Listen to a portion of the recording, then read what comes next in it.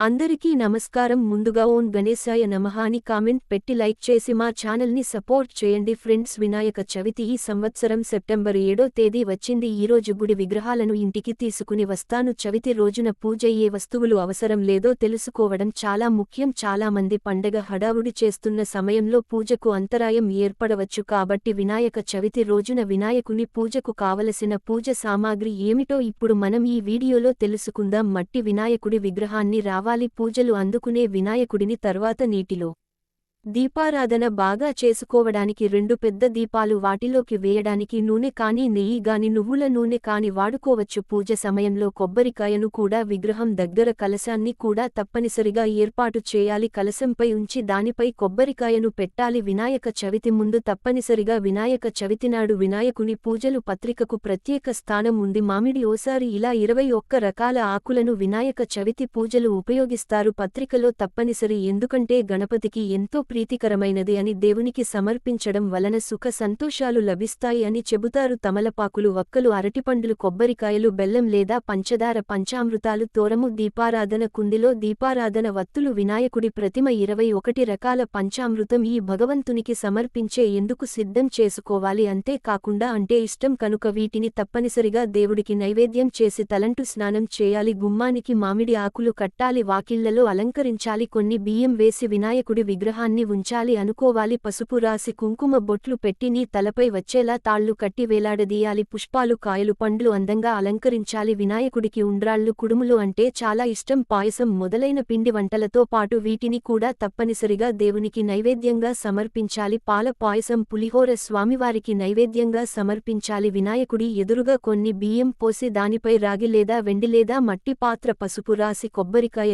ఏర్పాటు చేయాలి. తరువాత వినాయకుడిని పూలతో అలంకరించాలి మరియు యాలకులు సిద్ధం చేసుకుని స్వామివారికి వేయాలి. అలాగే పుస్తకానికి రాసిన తర్వాత స్వామివారి దగ్గర పెట్టాలి. పిల్లలు పుస్తకాలు చదవడంలో వికుంఠ బాగా చదువుతారు. చవితి రోజున గణపతిని పూజించి పూజ చేసే వాళ్లు మధ్యాహ్న సమయంలో 11 గంటల నుండి 1 గంట మధ్యలో పూజ చేసుకోవాలా. వినాయక చవితి రోజున ఇంట్లో పూజ చేసేటప్పుడు మీ ఇంటి ఈశాన్య దిశలో గణేష్ విగ్రహాన్ని ప్రతిష్ఠించి పూజ చేసుకోవాలి. అప్పుడే మీరు చేసే పూజకు 100% ఫలితం లభిస్తుంది. 21 రకాల పత్రిని వినాయకుడిని పూజించాలి. 21 పత్రాలతో వినాయక చవితి రోజున పూజించే వారికి సకల సంపదలు, అష్టైశ్వర్యాలు, కార్యసిద్ధి చేకూరుతుందని పండితులు అంటున్నారు. మీకు ఎలాంటి మంత్రాలు రాకపోయినా పర్లేదు, భక్తి శ్రద్ధలతో ఈ మంత్రాన్ని జపిస్తూ ఇంట్లో పూజ చేసుకోండి. ఓం విఘ్నేశ్వరాయ నమః అనే మంత్రాన్ని జపించండి. ఈ మంత్రం వినాయకుని అనుగ్రహం సహాయపడుతుంది. అనుకున్న పనులు జరగడం లేదని బాధపడేవారు వినాయక చవితి నాడు ఎర్రటి మందారాలతో వినాయకుడిని భక్తి శ్రద్ధలతో పూజిస్తే ఆటంకాలు తొలగిపోతాయి. ఆర్థిక సమస్యలు తీరాలంటే 7 కొమ్ములు తీసుకుని ఒక పసుపు వస్త్రంలో చుట్టి గణేశుని పాదాల దగ్గర నుంచి పూజ చేయాలి. తరువాత డబ్బు నిల్వ చేసుకునే ప్రదేశంలో భద్రంగా ఉంచుకోవాలి. మీ ఆర్థిక పరిస్థితి ఉంది, ఆదాయం పెరుగుతుంది. యాలకులు 11 గంటల 21 కానీ ఈ సంఖ్యలు ఒక దండ చేసి చేతుల మీదుగా వినాయక చవితి రోజు వినాయకుడు ఆరోగ్యపరంగా, వ్యాపార పరంగా చాలా బాగుంటారు. మీకు ఈ వీడియో నచ్చితే తప్పకుండా లైక్ చేసి షేర్ చేయండి. మరిన్ని వీడియోస్ కోసం మా ఛానల్ని సబ్స్క్రైబ్ చేయండి. ధన్యవాదాలు.